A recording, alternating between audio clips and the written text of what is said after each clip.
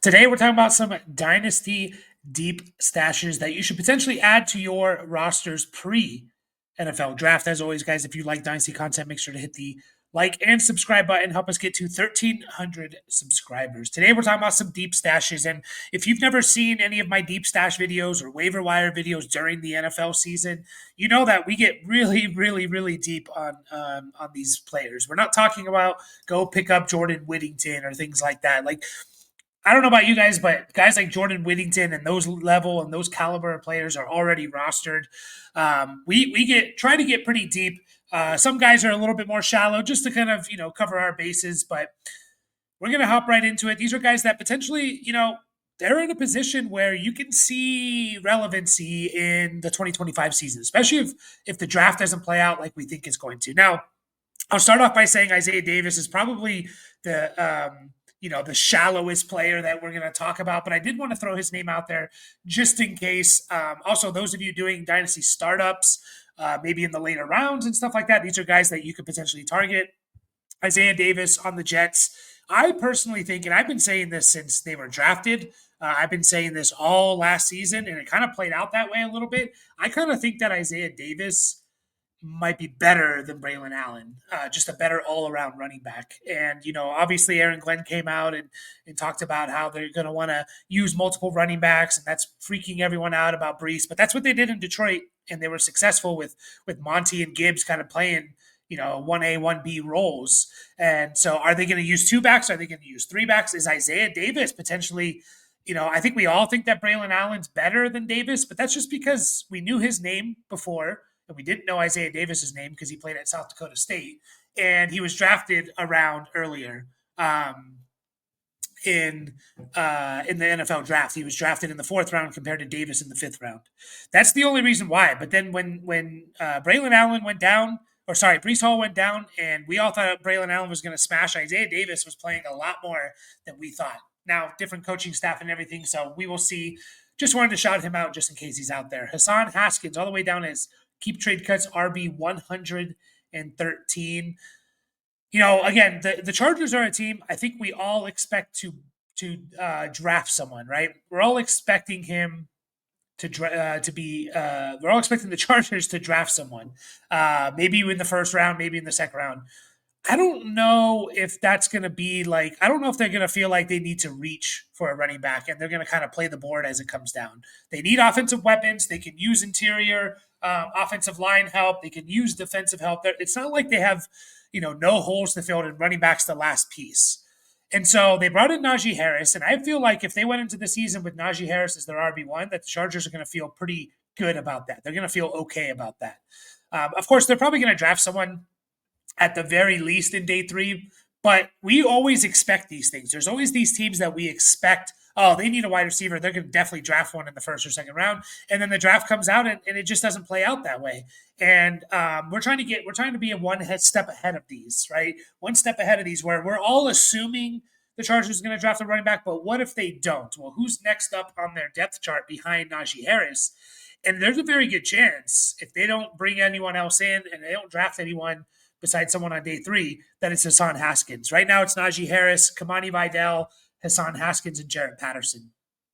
Hassan Haskins was playing more last year than Kamani Vidal. I know maybe we're expecting that year two leap, but there's a chance that Kamani Vidal, who, by the way, it was a sixth-round pick. So I liked him last year, pre-draft scouting, but he's a sixth-round pick who didn't really get used last year when there was some opportunity at times, especially when J.K. Dobbins was hurt. And they didn't really use him at all. They used him a decent amount, but not really, right? Hassan Haskins, he was in there a little bit more, used in the goal line at times and things like that, especially near the end of the year where he was playing 35% of the snaps or so. So just a guy that I think potentially should be added because, what if the Chargers don't bring anyone? Every RB2 and RB3 really should probably be on people's rosters.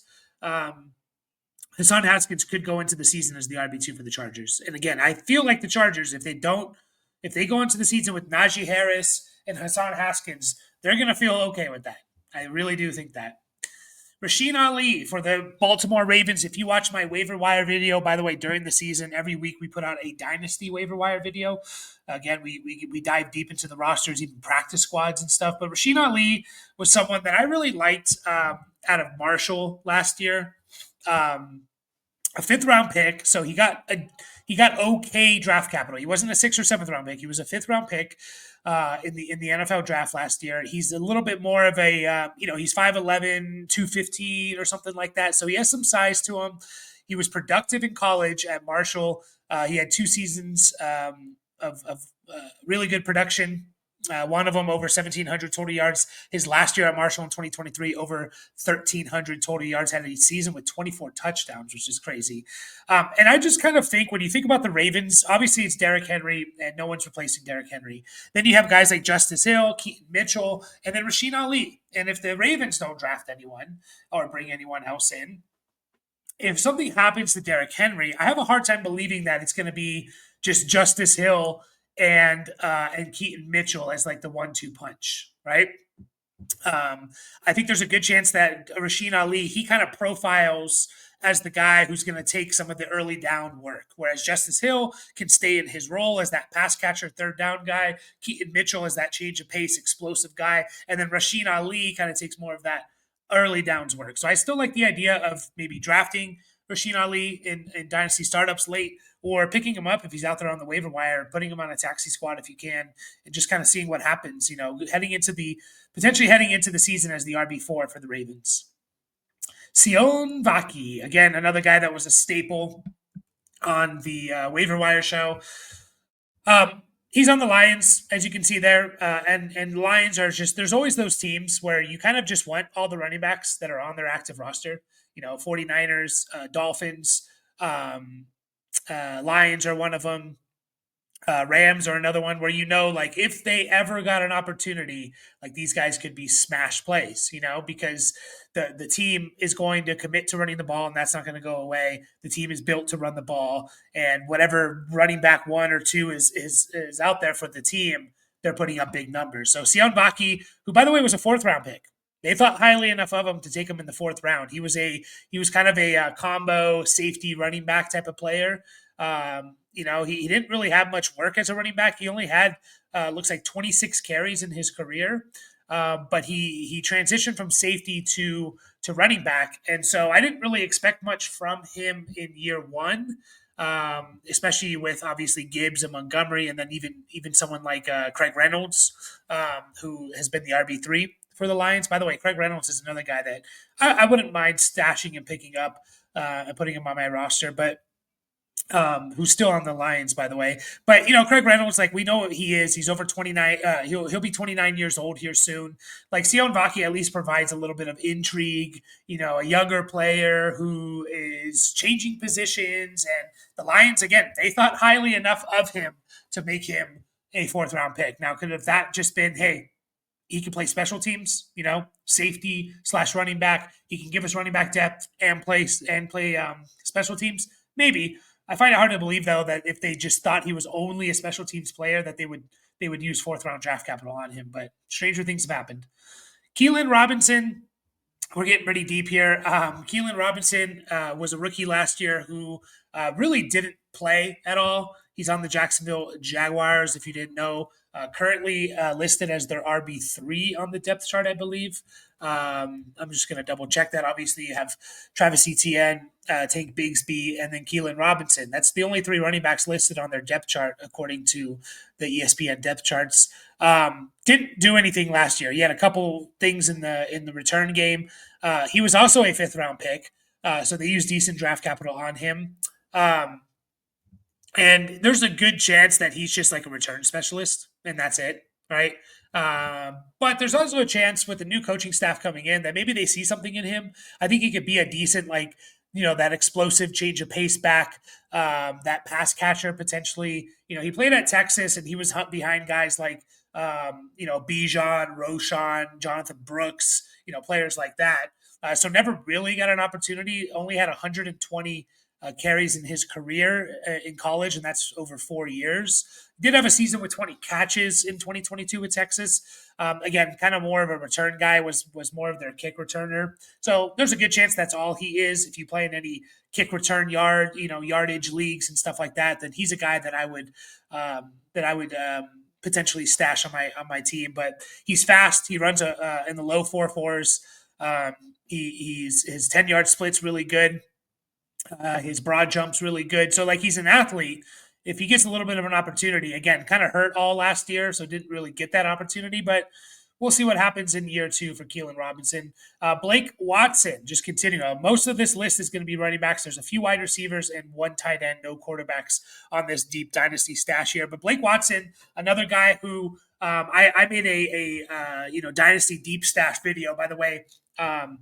If you want to see some of those after the 2025 NFL draft, some guys that are drafted a little bit later or even undrafted guys, doing some dynasty deep stash videos on those players. And Blake Watson was one of those guys. I just really like, he's a wide receiver converted to running back, super productive whenever he played wide receiver, did nothing in 2018 and 2019. Missed 2020 probably due to COVID or something. And then transitioned to running back in 2021 and just like incredible numbers for Old Dominion and Memphis. Over 1,150 total yards, 1,200 total yards, 1,600 total yards, 17 touchdowns his last year at Memphis. And, Sean Payton, although we haven't seen it since his time with the Broncos, he was known when he was with the head coach of the Saints, he was known for just giving you so much production at the running back position for fantasy, and multiple guys, sometimes even three guys. You think back to like the Pierre Thomas, Darren Sproles, Mark Ingram, Alvin Kamara, these guys. These type of players and stuff. Even guys like Chris Ivory and stuff like that. I think there was a year there in the early or mid 2010s where they had three fantasy relevant running backs. I think it was like Ivory. I could be wrong on the third. I'm pretty sure it was Sproles, Pierre Thomas, and then maybe Chris Ivory. This is over 10 years ago now, but we haven't seen it in Denver. Denver's another one of those teams where we expect them to draft a running back in the first two rounds. We see it mocked all the time, but there's a very good chance maybe they just take like a pass catching weapon for Bo Nix, and they need that too, by the way. They could obviously go defense. They can go offensive line. Offensive line is never a bad thing. So we expect it to happen, but what if they don't take anyone until round 4 or 5? Well, now you're looking at guys like Audric Estime, Jaleel McLaughlin, Blake Watson, even Tyler Bidet, who's still on the team. You're looking at these guys and saying, hey, they have a legitimate shot. Like this running back room is kind of wide open. And Blake Watson's just one of those guys. Like he caught 53 passes his last year at Memphis. I think he could fill kind of like that Darren Sproles type of role for them. I would love to see that for Blake Watson. So he's a guy that I'm really high on. I want to stash on almost every single team. Kendall Milton on the Bengals. He's in a Eagles uniform there, but he's a Bengal. He was undrafted. Went to played at Georgia. Played at Georgia for several years. Kind of a bigger back. He's kind of that big bruising guy. I think he's like 6'1", 220 or 230. So he's pretty big. Good numbers in college. I mean, averaged over 6 yards a carry, like never had a huge workload. His most carries in a season was 120 carries, did nothing in the receiving game. But he's on the Bengals, and they have, Chase Brown, and then they have Zach Moss. They brought back Samaje Perine. We know what Samaje Perine's role is. It's going to be that pass catching guy. Obviously, Chase Brown is probably, or he is the favorite to be the RB1 for this team. Zach Moss, sneakily, they have an out on his contract. Now, they're not going to necessarily be saving a lot, but they could save I think it's like 3 or 4 million. And stuff like that when you have to pay rookies or contract extensions and all of this or whatever, like stuff like that actually matters. So do they probably keep Zach Moss? Yes. But like at the same time, we kind of know what Zach Moss is. Like, okay, he's a fine RB2, but this guy, Kendall Milton, could come in and, just be that battering ram, kind of giving Chase Brown a little bit of relief. Maybe they don't want to run Chase Brown in between the tackles too much. So, again, I look at it here. I see Kendall Milton listed as the RB4 for the Bengals. and that's when they're RB3. We already know Samaje Perine role. Samaje Perine's never just going to be this workhorse guy. So if something were to happen to Chase Brown, a guy like Kendall Milton could kind of jump over a guy like Samaje Perine in the depth chart, and Perine just kind of keeps his role, kind of like the Rashid Ali, Justice Hill argument there. So yeah, he's a guy that's he's intriguing. I scouted him coming out last year, saw some intriguing things about him.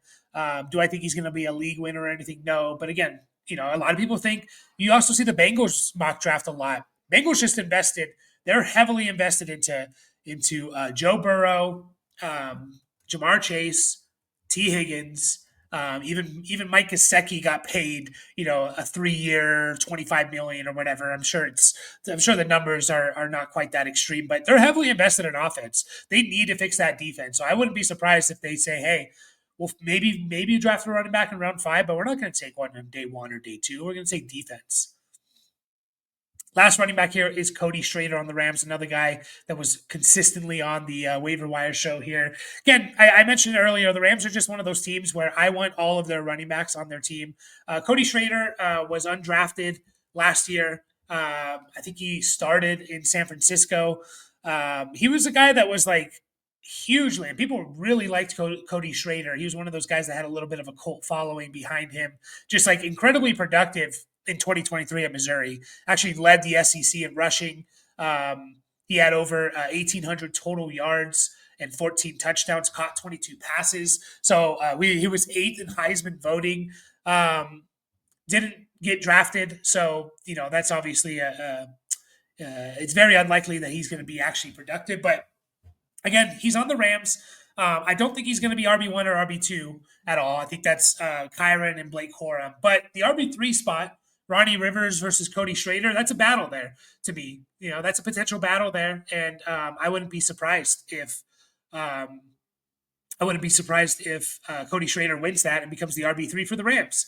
And again, injuries happen. If whoever's the starting running back for the Rams is going to put up fantasy numbers. So Cody Schrader is another guy that I want to potentially stash in these deeper leagues. Now we're going to get into some wide receivers. And the first one we're going to be talking about is Casey Washington, wide receiver for the Falcons. Was a rookie last year out of Illinois. He's another guy that I made like a Dynasty deep stash on, and he was one of my favorite Dynasty deep stashes. Again, we're talking about receivers drafted in round 6. That's where he was drafted, round 6 by the Falcons. And the likelihood that they hit are very, very low.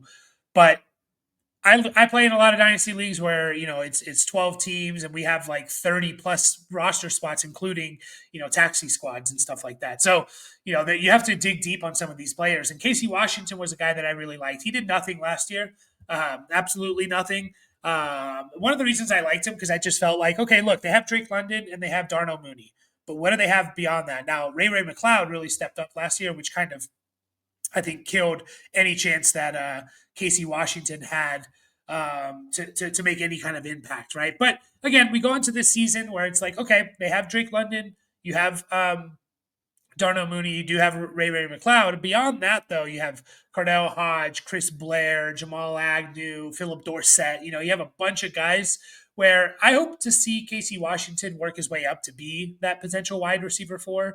And then who knows what happens after that, injuries and things like that. I think he could fill in perfectly in the slot. So, Raymond McLeod seems to have that kind of on lock, and I think they like Ray McLeod and what he does for them. But what if something were to happen to him? It's not like necessarily a younger guy. He's only 28, but he's been in the league in a while. We definitely by far saw his best season. Not even close in Ray McLeod. So,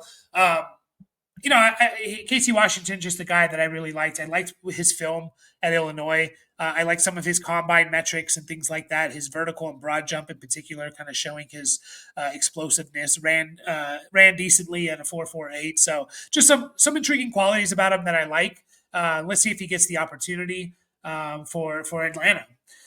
Anais Smith is another guy that I was intrigued by. I'm kind of a sucker for these versatile kind of players. And Anais Smith, who also was a rookie last year, was a converted like running back at Texas A&M. I think he had one season listed as a running back at Texas A&M.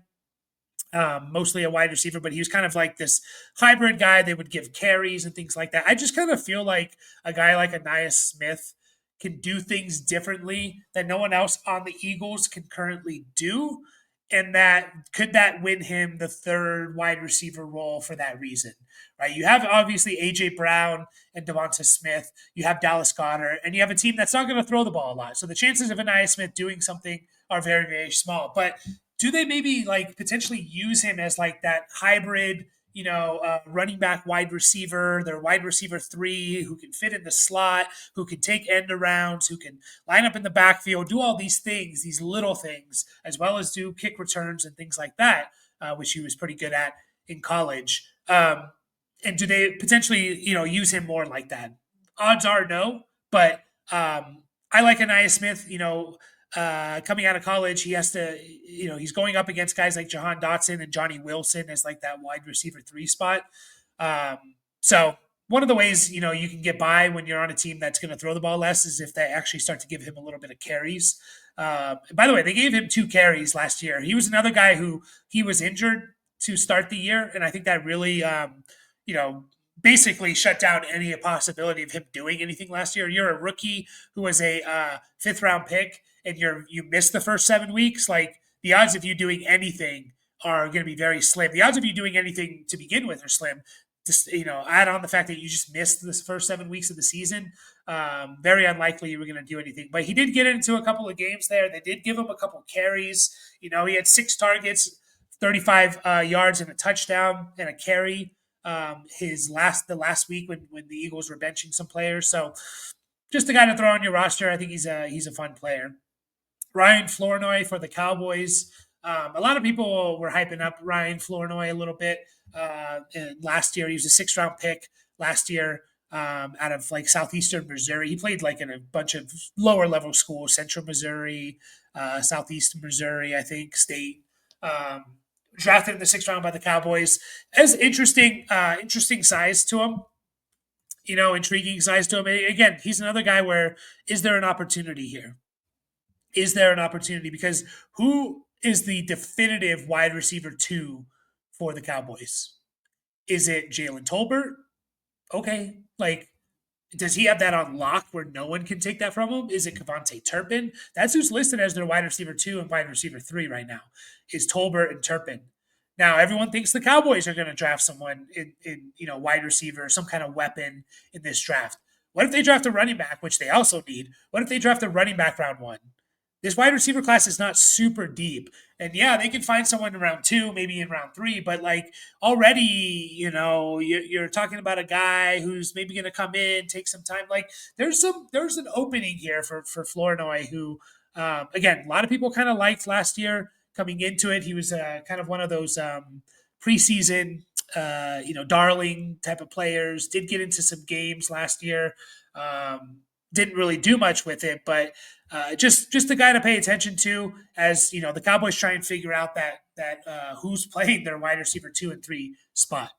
Jamari Thrash is the last wide receiver here. Keep trade cut wide receiver 148. By the way, Flournoy's 165.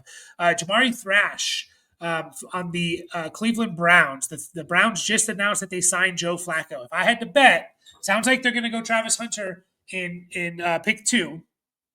If I had to bet, I bet that Joe Flacco is their starting quarterback in week 1. And we remember what Joe Flacco did with the Browns back in 2023, and he was lighting it up, right? Like he was just throwing the ball, a lot of interceptions, a lot of yards, a lot of fantasy points. It was pretty fun. The Browns are another team where it's like their depth chart is okay. I mean, you got Jerry Jeudy and you have Cedric Tillman, right? But beyond that, you have Michael Woods the second as they're listed as their wide receiver 3 right now. Michael Woods the second, who did play a little bit last year, but basically hasn't done anything in the league for the last few years, right? So you have Jeudy and Tillman. Who's their wide receiver 3? Is it Travis Hunter? If they draft Travis Hunter, possibly. Very good chance it is. But also, what if they don't draft Hunter? What if they take Abdul Carter? What if they take a quarterback? What if they draft Travis Hunter and use him more as a cornerback, or they try to use him both positions and they want to limit him in both and play him 50-50 or something? So Yeah, maybe we assume they're going to take a wide receiver. We assume they're going to take Travis Hunter, but we don't know what Travis Hunter is going to play. We don't even know if they're actually going to take him. So a guy like Jamari Thrash, who again, fifth round pick for them last year in college. He was kind of a, he was a fun little player, like a slot player and stuff like that. Had a big played at Georgia State for 4 years, and then went to Louisville for 2023 season. Had 63 catches, 850 yards. So he's an interesting one in that he was productive at his time at Georgia State, especially his last couple years in college. Um, has some decent metrics behind him and stuff like that. So, and there's an opportunity there. Last one here is just one tight end, Tanner McLaughlin.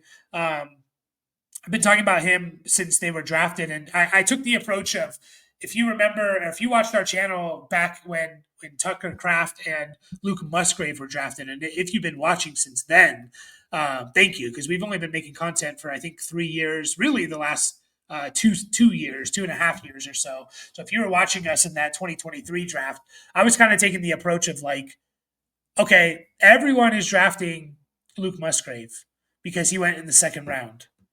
I'm going to take Tucker Kraft. Like when those Dynasty rookie drafts back in 2023, like Luke Musgrave was a round 2, round 3 pick, and Tucker Kraft was undrafted. And so I just had a bunch of Tucker Kraft on my teams. And then it's played out how I thought it was going to play out. Like I kind of gave them equal shots. Now I know Musgrave has had some injury stuff and things like that, but Kraft is just a better all around tight end. And I kind of took that approach with Eric All and Tanner McLaughlin, who were drafted by the Bengals in, I believe, back-to-back rounds. I'm going to double check that. I think it was Eric All was either round 4 or round 5, and then McLaughlin was round 6. And McLaughlin was one of those guys, like people kind of liked him. They liked his receiving profile. He had 45 catches for 528 yards and 4 touchdowns for Arizona in his last year. So they had some decent. He had some decent receiving numbers. 2 years at Arizona: 34 catches, 456 yards, 45 catches, 528 yards. So like now we're looking at a situation. I know they just brought back Mike Gesicki on a contract, and he's going to be their tight end. But beyond that, like you have Drew Sample there. You have Eric All, who's probably going to miss I think they already said he's going to miss the entire season. Tanner Hudson. Like, let's see the tight end battle. Who's the tight end 2 for the Bengals?